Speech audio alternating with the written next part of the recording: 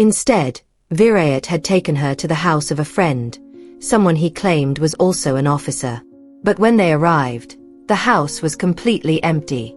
That's when things took a horrific turn. Virayat assaulted her violently, using his hands and feet, and forced her to satisfy his lust, an unspeakable act. At some point, Thanya lost consciousness. When she finally came to, she was alone.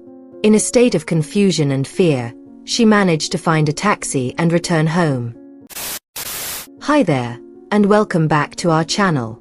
Today, we're diving into another chilling real-life story that will leave you shocked and heartbroken. This time, our story takes us to the Songkhla area in Thailand.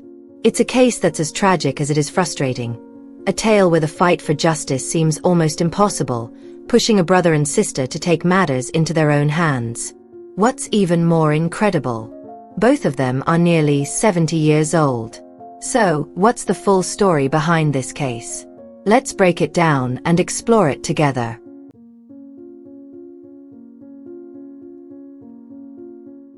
Before we dive into the story, don't forget to like, comment, and subscribe. And hey, share this story with your friends so more people can enjoy it too. Alright, let's get started. This is the story of Sengdo, a woman born in 1953 in Narathiwat, Thailand. Even though her husband left her long ago, Sengdo has always had a zest for life. She has 2 children who moved to Singapore back in 1994 to work. To keep herself from feeling lonely, Sengdo decided in 2011 to live with her older sister Jean Tanna, who is 3 years older. Like Sengdo, Jean Tanna is also a widow, with children who've moved away. Jean Tanna, however, isn't as spry as Sengdo. She struggles with health issues, including gout. Meanwhile, Sengdo stays active, keeping herself healthy with regular jogs. Both sisters share a love for cooking and are lucky to have pensions from their late husbands' jobs, as well as monthly support from their children. Financially, they're doing fine. In 2014, Sengdo's youngest granddaughter, Thanya, visited from Singapore. She planned to study culinary arts in Songkhla and ended up falling in love with the area. With her parents' blessing, Thanya enrolled in a local culinary institute and moved in with her grandmothers. The trio quickly became inseparable, cooking together and bonding over meals. It was a joyful time in their lives. Thanya graduated in 2018 and started working at a bakery company in Songkhla. By then, she'd met a boyfriend, Supachai, who worked for a car accessories company. She loved Thailand so much that she decided not to return to Singapore. Instead, she and Supachai got serious and began planning their future together, even talking about marriage. Now, here's where the story takes a turn. On July 4, 2020, Thanya was heading home from work, but Supachai couldn't pick her up because of an office meeting. So, she called an online taxi. The streets that afternoon were chaotic, with heavy traffic. When the taxi arrived, the driver asked her to cross the road to get to the car.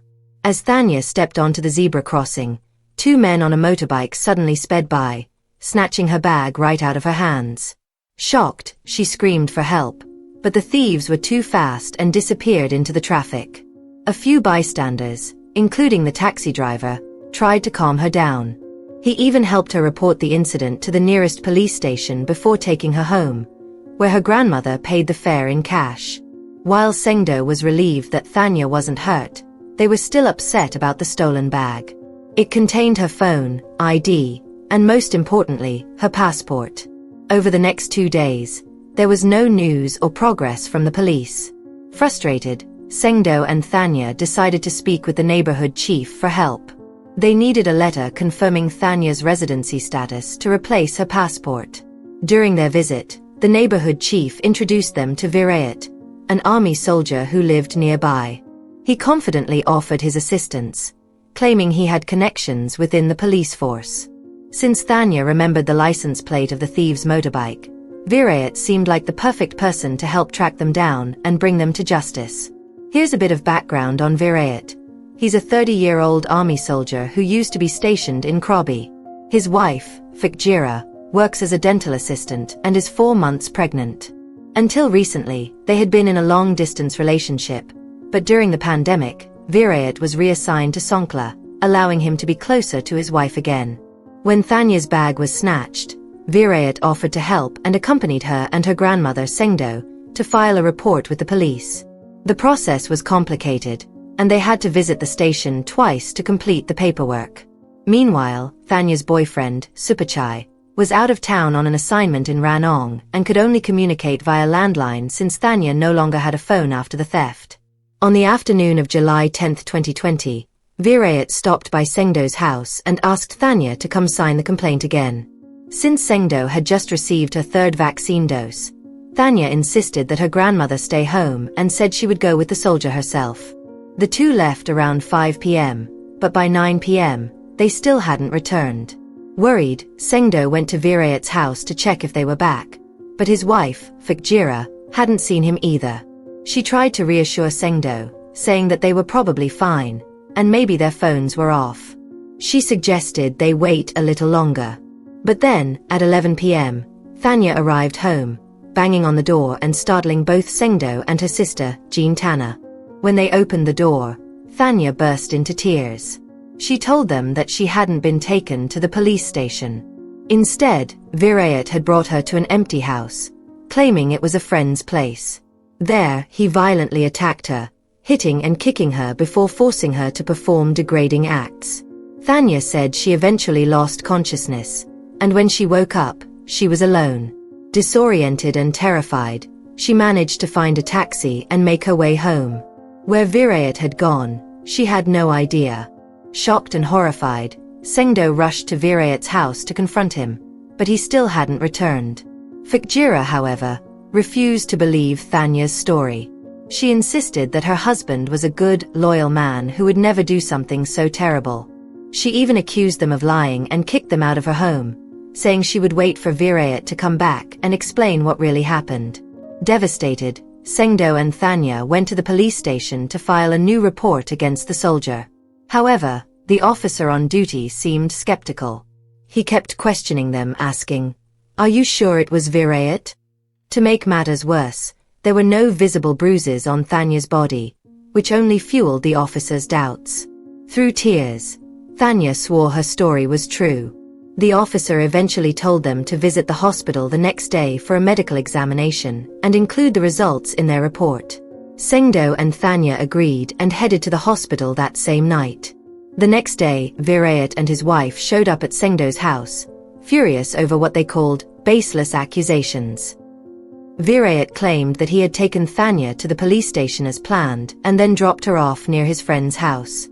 He said she was perfectly capable of going home on her own and demanded to know why she would accuse him of such a thing. Thanya, overwhelmed, broke down in tears again, shouting at him while he denied everything. Virayat and his wife eventually left, still insisting he was innocent. Later, Sengdo and Thanya returned to the police station and were met by a different officer. They handed over the medical results from the hospital to complete their report. The officer told them to go home and wait for further instructions, leaving them hopeful but uncertain about what would happen next. A week passed. Then 2. Still no updates. Thanya grew more stressed with each day of silence. Even Supachai, her boyfriend, began to waver. He stopped calling, showed up less often, and eventually accused her of making everything up. The only ones who believed her were her grandmothers, Sengdo and Jean Tanna, especially since the medical exam results backed her story. But when they went to the police station again, hoping for some progress, they were met with indifference. "Just wait for our call," the officers said, brushing them off like it wasn't a matter of life and death. Thanya became withdrawn, spending her days staring off into space and refusing to eat. In desperation, she started throwing stones at Virayat's house, but the residents drove her away. Even the neighborhood chief, instead of offering help, threatened to evict her and her grandmother if they kept causing trouble. It seemed like the whole neighborhood believed Virayat's version of events over Thanya's. She hadn't been to work in weeks, and her life was unraveling. Then came the night of August 19, 2020. Thanya told her grandmothers she was going to visit a friend. Instead, police officers arrived in the middle of the night with devastating news. Thanya had jumped in front of an oncoming train. She was gone. The loss was indescribable for Sengdo and Jean Tanner. Grief consumed them as they struggled to process what had happened. Thanya's parents flew in from Singapore to bring her body home. Meanwhile, back in Songkhla, justice seemed impossible to find. The original pickpocketing case hadn't gone anywhere, even though they had provided the license plate number of the thieves. The post-mortem results that could have bolstered their case against Virayat? Ignored for over a month. What was the point of going to the police if they couldn't, or wouldn't, protect the people they were supposed to serve? Instead of justice, the two grandmothers received empty condolences from neighbors. The neighborhood chief even had the audacity to invite Virayat and his wife, Fikjira, to meet with Sengdo and let bygones be bygones. He called it a chance to reflect, to move forward peacefully and not reopen old wounds. Reluctantly, Sengdo agreed, though her heart burned when she overheard neighbors whispering that Thanya must have been mentally unstable to make such accusations and take her own life. 2 months passed, but the grief didn't ease. Then, an invitation arrived. Fikjira was celebrating her 8th month of pregnancy with a ceremony to pray for the baby's health. Despite everything, Sengdo and Jean Tanner decided to attend, but they had more than congratulations in mind. The ceremony on October 19, 2020, went on as planned. Guests mingled, chatted, and enjoyed the festivities. By 7 p.m., the main event had wrapped up, though cleanup and conversations stretched late into the night. At midnight, Fikjira left to stay at her parents' house for another ritual the next day, leaving Virayat alone at home. Unbeknownst to anyone, Sengdo and Jean Tanner had been hiding in the backyard shed for hours, waiting for the right moment.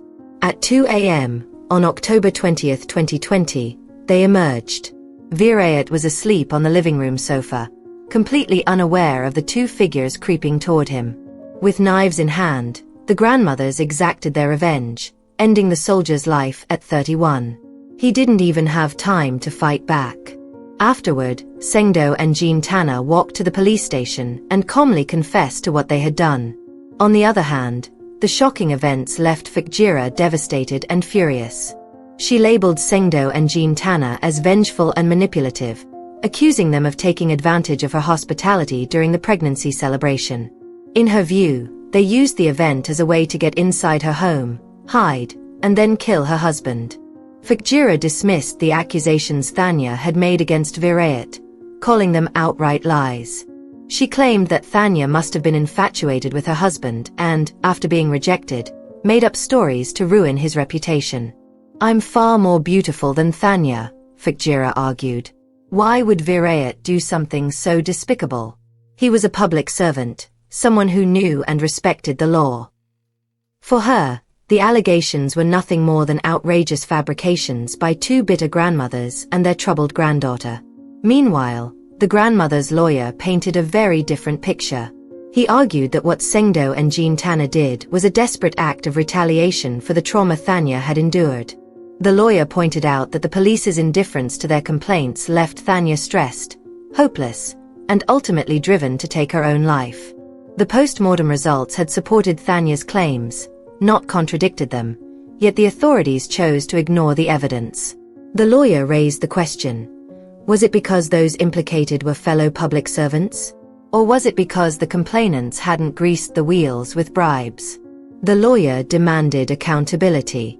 He called for the dismissal of the officers named by Sengdo and Jean Tanner, arguing that they had failed in their duty to protect the community. These officers didn't care, and they don't deserve to hold positions on the front lines of law enforcement, he stated firmly. The doctor who had treated Thanya also testified during the hearing. He confirmed that the medical evidence backed up her story, which led to the eventual dismissal of 2 police officers for mishandling the case. However, no media outlets mentioned the names of these officers. In a final blow to Virayat's defense, the court-appointed forensic doctor confirmed that Virayat's DNA had been found on Thanya's body, including in critical areas. This revelation not only validated Thanya's accusations, but also shed light on the systemic failures that allowed the situation to spiral so tragically.